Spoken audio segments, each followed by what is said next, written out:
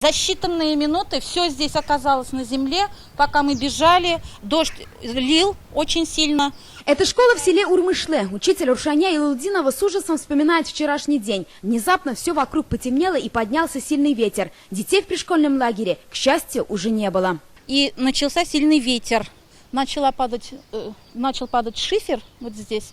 Мы в шоковом состоянии вбежали в коридор школы.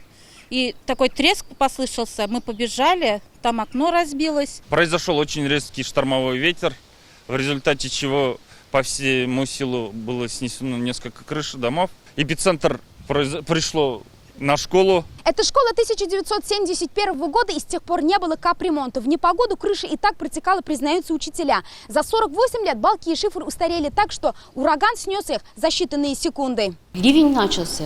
И вот мы, кто здесь были сотрудники, все прибежали. Ну, что есть, из подручных средств ведра поставили. Текло с крыши так, что не помогли даже ведра. Пострадали и кабинеты. Разбились несколько окон. Площадь поврежденной части кровли 200 квадратных метров. Перекрывать крышу здания будут полностью. Завершить ремонт планируют до 1 сентября. На сегодняшний день ущерб оценивается приблизительно 4,5 миллиона рублей. Мы сами выехали строители, они посмотрели, оценили. На сегодняшний день составляют смету. Со стороны администрации главы района ищутся финансовые средства. Сильный ветер разыгрался еще в 4 районах республики. Помимо Леногорска бушевал он в Дрожжаном, Бугульме, Альметьевске. Результат: без крыши остались 10 объектов. Школы, жилые дома, сарай. Искореженный металл. Летел настоящий рядом машины. Погибших, пострадавших нет.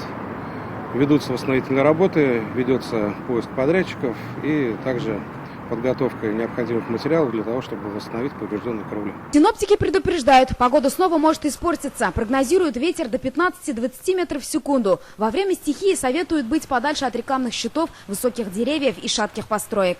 Филюза Хамидуллина, Ирик Хабибуллин, ТНВ, Леногорский район.